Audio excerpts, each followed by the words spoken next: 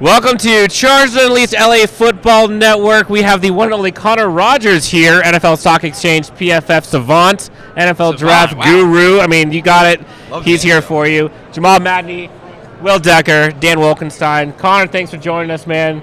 On behalf of Sportsnaut, LAFB, thanks for being here. Thanks for having me. Happy to be here, man. I love it, man. Radio Row is crazy. It buzzed everywhere. Heads on a swivel. How's it been for you so far? It's been awesome. I mean, just the amount of people you get to talk to out here, the amount of different shows you get to do. It's kind of like a reunion. A lot of people you only see once or twice a year. Everybody's here. And it's a good mix, right? Because people want to talk about the game. People want to talk about, with me at least, the NFL Draft, which I can't get enough of course. The offseason will be at the Combine in 2 weeks. It's just when everything really starts getting rolling to a new NFL season while we get ready to close one out. I love it. Yeah, man. You guys do the Stock Exchange, one of my favorite draft shows out there. Who are some of the guys that need to increase their stock, in your opinion, going into the Combine in 2 weeks? It's the biggest spectacle leading up to the draft. Who are some guys that you're looking to, like, hey, if this guy balls out in this situation, he could be a fringe first-rounder? Well, I think all the eyes are on the quarterbacks, and I know that's cliche, and it's not necessarily Caleb Williams and Drake May. I feel pretty good that they're going to go 1 and 2. We'll see if those teams even want to answer the phone. I would be shocked. But you look at, you start after that, right? Jaden Daniels, what's he going to weigh in at, right? Yeah. That's going to be a big thing for him. When you get to Michael Penix, I've heard really good news on the medicals, but teams are wondering, are they getting the same news? So I think they will. And I think that's a great opportunity for teams to sit with guys like Penix and Bo Nix that are older prospects in this draft. They could go in the first round and get to kind of know, hey, you faced adversity, you transferred, and had a ton of success. Bo Nix obviously elevated that Oregon offense. Penix, going from Indiana to Washington, he was the cog for that Washington offense and went to the national title game.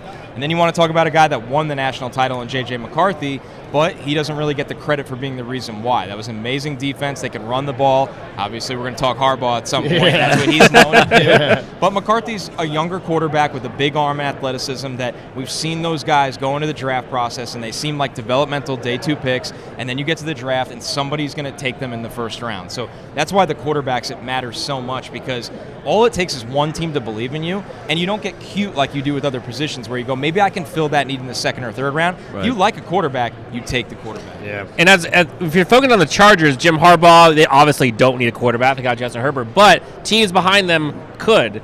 Chargers, I think a lot of fans would like them to possibly trade back. Who are some teams that you think would possibly trade to that number 5? And if they were for the quarterback, who would it be? I mean, you don't have to look very long, right? The Giants could flip with them from 6 to 5 if other teams are calling. You can look at the Falcons at 8. They can come up to 5. And then you have the big 3, right? This is the one I'm warning everybody about. You have the Vikings, Broncos, and Raiders all clustered together.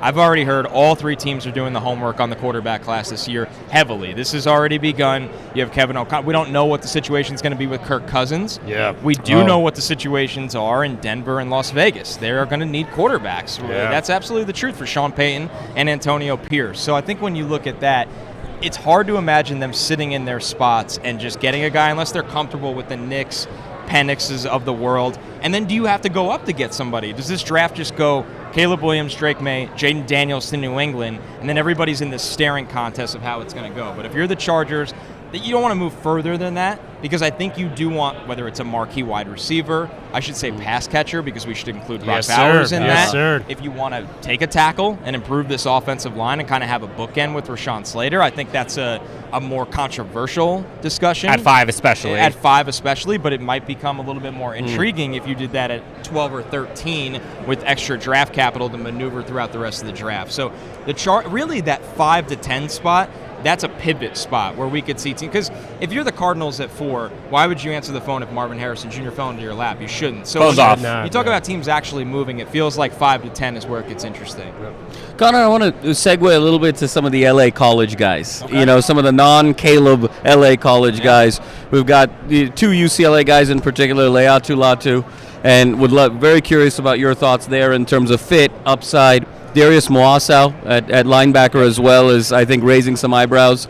And then the 2 USC receivers, and Taj Washington and Brendan Rice. How do you think about that quartet in terms of fit, upside, and what your projections are? I think with Latu, this is one where it's fascinating because there was no more productive pass rusher in college football in this draft over the last 2 years. And in terms of how polished he is, we got to see it at the Senior Bowl, and really, I mean, guys that play D-line, I'm standing next to on the field, are looking at me and like, this kid knows not only how to set up his moves, but how to counter. Yeah. College kids don't do that. You're typically all speed to power, speed rush. You might see a couple inside moves. Now the kids are trying out the spin move more frequently. With Latu, I mean, we saw him at the Senior Bowl hit a spin move that didn't work and able to counter it with his hands to work inside. He is so polished. He's so into the game. The best way to explain it with him is this is somebody that football was taken away from him at Washington. He was medically retired. He gets cleared. It was a long road back. He goes to UCLA, and he dominates for 2 years. And every single snap is treated like it actually is his last football snap. Yeah. And I think the way he takes care of his craft, the way he's developed, you know what you're getting, and you never say that about a college pass rusher. Maybe Myles Garrett and Nick Bosa because they're a different breed. But Latu, he has the medical history.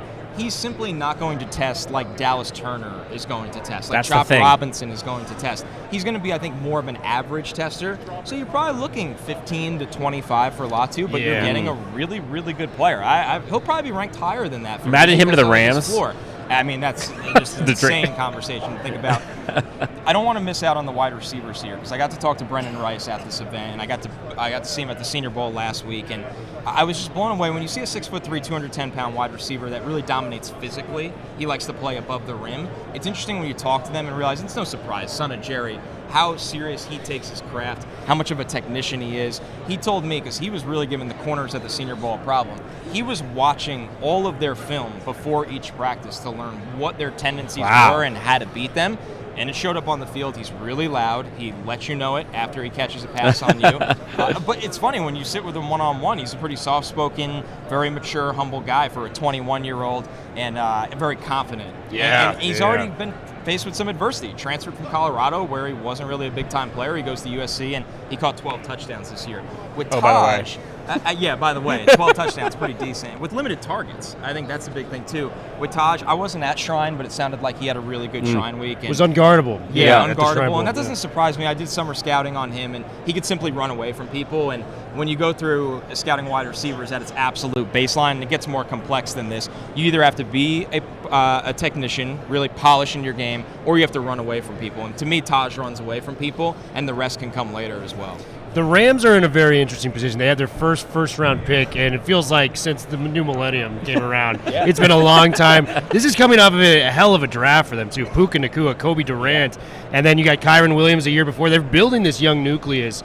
It seems in the early parts of this, they're looking at either a tackle or a corner. If you were the Rams and Les Snead, who would you be leaning towards taking for the future of the Los Angeles Rams? It's always going to come down to how the board falls, and I know that's a cop-out answer, but the reality in this draft, for those two positions, it is because it's deep at corner and it's deep at tackle. So for the Rams, is this a situation where, hey, Amarius Mims fell to us, and if he had a good year and stayed one more year in college, he'd be a top 8 pick because of the size and the footwork and the traits that he has that he was born with, not the things that he was taught. But then you look at the corner class and go, we saw Quinyon Mitchell at the Senior Bowl. He's going to go in the first round. Unbelievable talent. Yeah. Terrion Arnold from Alabama. I mean, the trajectory he's on with his athleticism, he was phenomenal this year. His teammate Kool-Aid McKinstry, who wasn't tested because he was so good the year before. I mean, Cooper DeJean is really interesting because I think he could play every single spot in the secondary, and he's the best tackling corner in the draft. Those Iowa guys, man. They all know how to tackle. But the ball skills, I mean, you could see why he was a guy that could play offense as well. The ball skills, the body control, he can toe tap. He's obviously somebody they've even used on offense at times as a returner. So the Rams are in a good spot at this draft because their two needs align with what the depth of this class has, and it's just a matter of what you value them there and then what you're going to do in the second round. I would probably say, and ironically, we feel like we don't say this, I would maybe take the corner in the first round this year and try to get the offensive lineman in the second round, which they just had success with Steven Vila. Yeah, 100%. You want to talk about finding...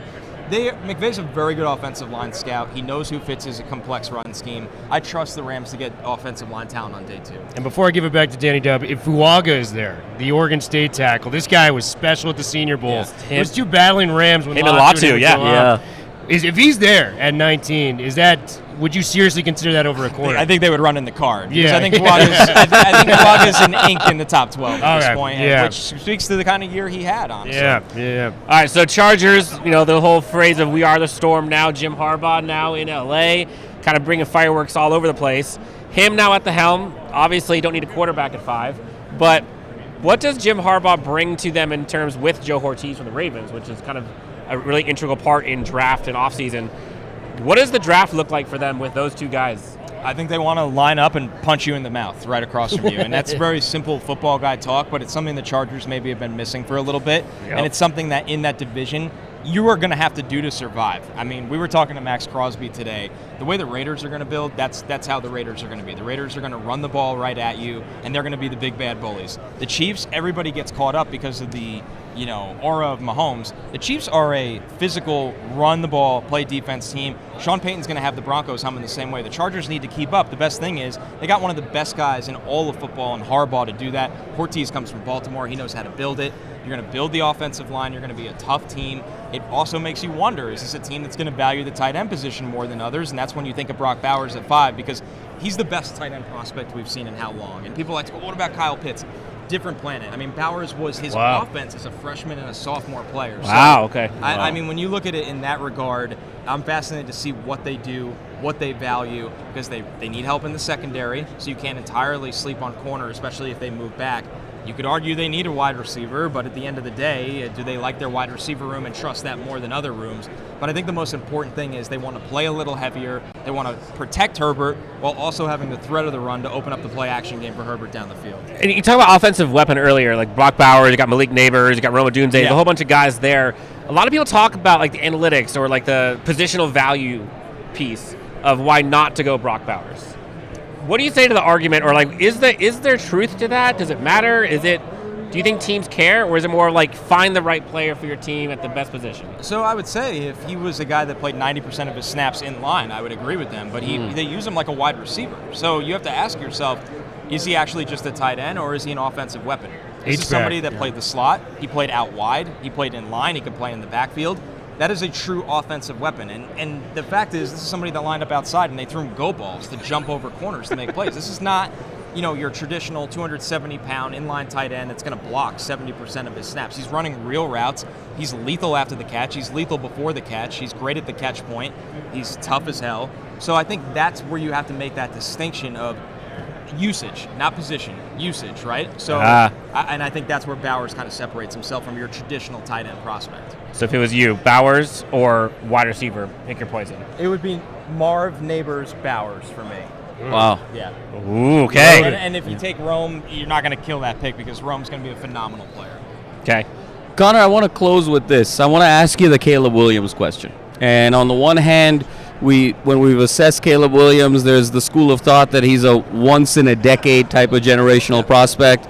On the other hand, there's been some leadership concerns, particularly with his year at USC. Yeah.